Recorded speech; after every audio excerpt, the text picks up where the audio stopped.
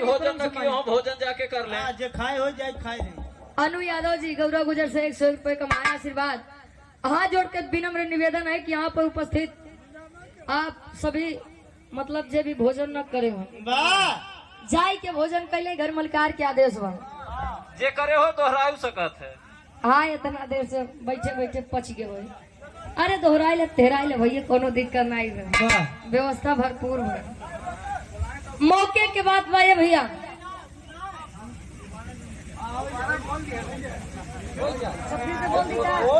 अनु यादव भैया जी गौरव गुजर से 100 रुपए का महान आशीर्वाद।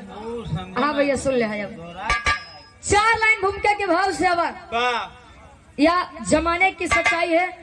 आशा नहीं पूर्ण विश्वास है कि यदि आप लोग विरह को ध्यान से सुनेंगे समझेंगे विरह आप सभी को समझ जरूर आएगा। कवि जी 4 लाइन भूमिका के भाव में लिखा था कैसे का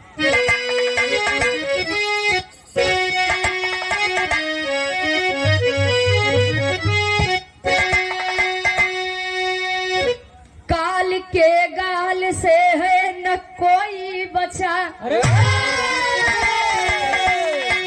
काल जिसका जहां उसको ले जाती है।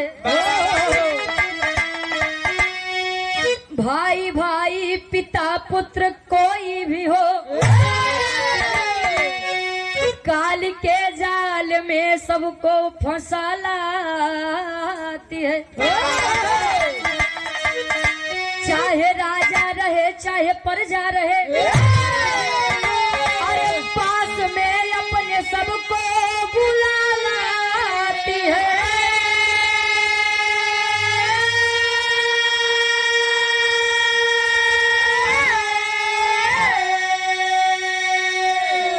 काल से है न आज तक कोई बचा,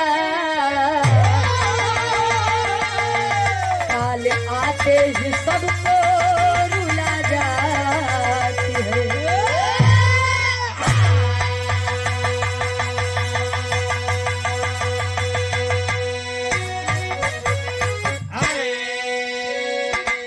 ए भैया कहानी के तनी सा समझिए आप लोग।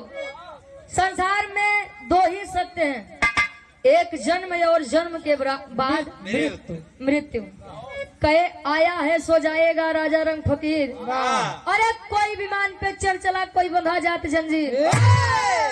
जो आया है उसको जाना है लेकिन के कब कैसे जाइए ये क्यों नहीं देखेगा।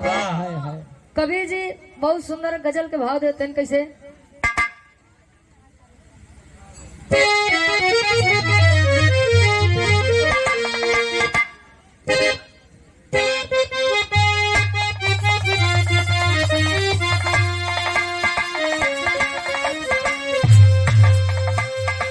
समझने वाले समझेंगे इस बात को, विरह को सुनने वाले विरह के महानुभाव। कभी जी संकेत करते हैं नहीं ना सोच संसार बोधे का जिंदगी में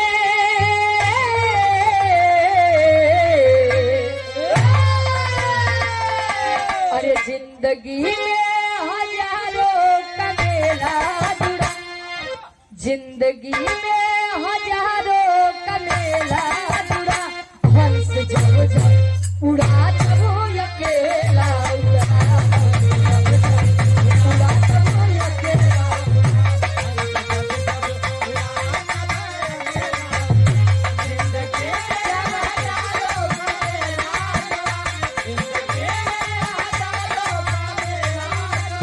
हमसे जब जब उड़ा तब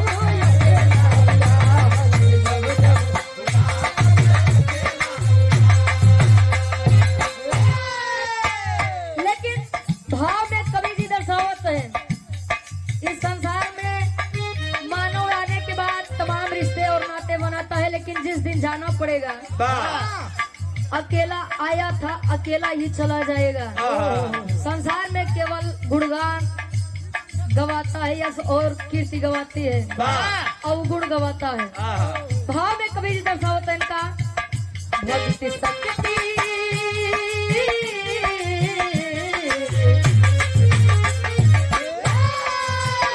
भक्ति शक्ति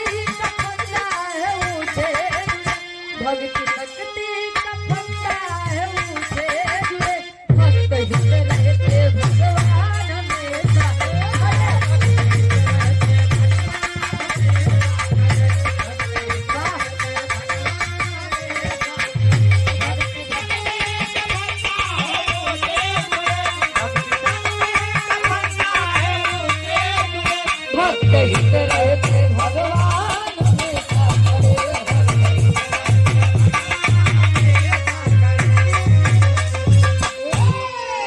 भक्ति शक्ति का फंदा है ऊंचे जुड़े, भक्त हित रहते भगवान हमेशा खड़े। कहा गया है भक्त और भगवान एक सिक्के के दो पहलू होते हैं। भक्त के बिना भगवान का कोई अस्तित्व नहीं और भगवान के बिना भक्त का कोई अस्तित्व नहीं। हम एक विरह के कहानी की शुरुआत यही से कैसे करेंगे।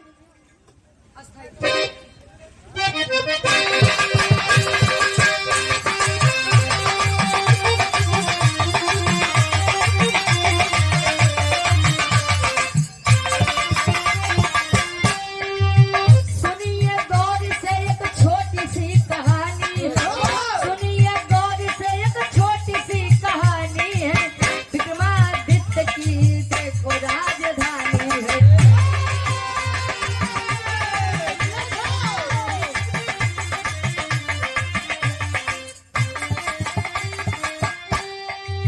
भेष बदल के घूमते नित नगरिया में, भेष बदल के घूमते नित नगरिया में, प्रजा खुशहाल रहे उनके नजरिया में।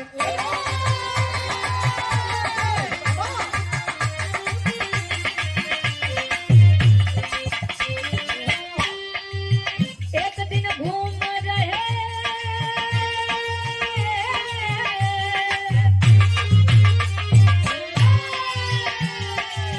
एक दिन घूम रहे हुआ ब्रह्म बेला है, एक दिन घूम रहे हुआ ब्रह्म बेला है।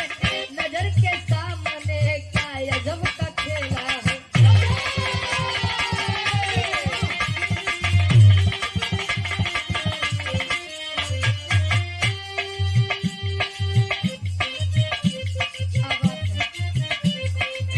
राजा देख रहे सोचे अपने मनवा में, राजा देख रहे सोचे अपने मनवा में, राजा देख रहे सोचे अपने मनवा में, राजा देख रहे सोचे अपने मनवा में। हुआ चंपक लड़की वाला तनवा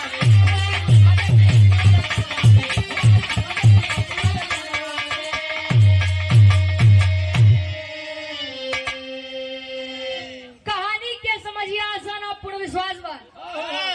कहानी शीशा के जैसा साफ हो जाएगी। ए भैया, राजा विक्रमादित्य अपने राजधानी में राज कर रहे थे। प्रजा उनके नजर में, ए भैया काहे चिल्लाता हो? शांत रहा भैया। हाँ हाँ, अगर शांति से सुनबा तो वही समझ में आई। शांति रहे। एक साथ दुई काम कर जाबा, झंडू भाम हो जाबा। ना यार कराबा ना बाहर कराबा, ये होए काज निकाल जाइन, काज निकाल गाइन।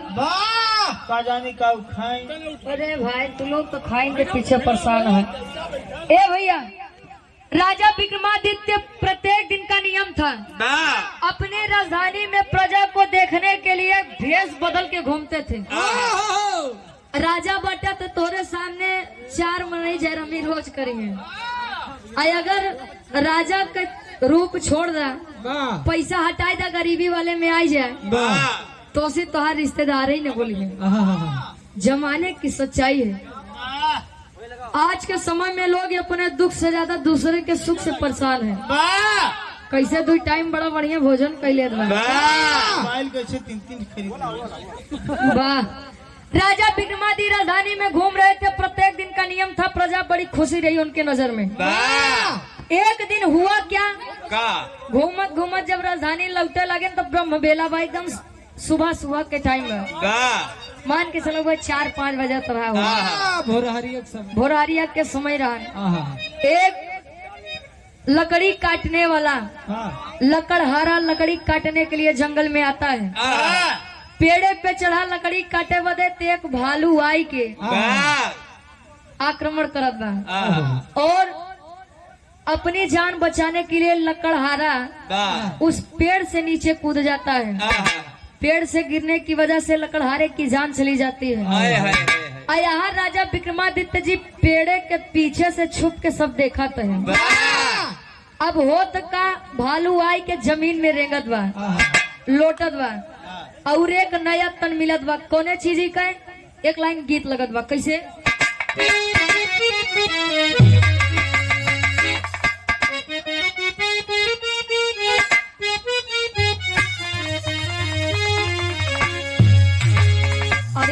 जवन जवन कहवा सैया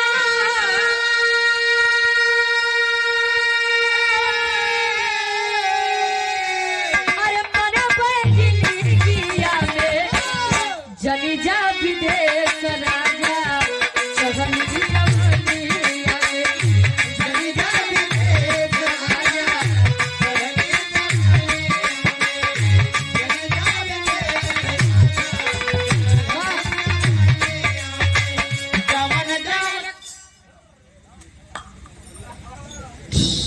और आप आदरणीय परम सम्मानित जनन में सम्मान पाने वाले आप प्रधान जी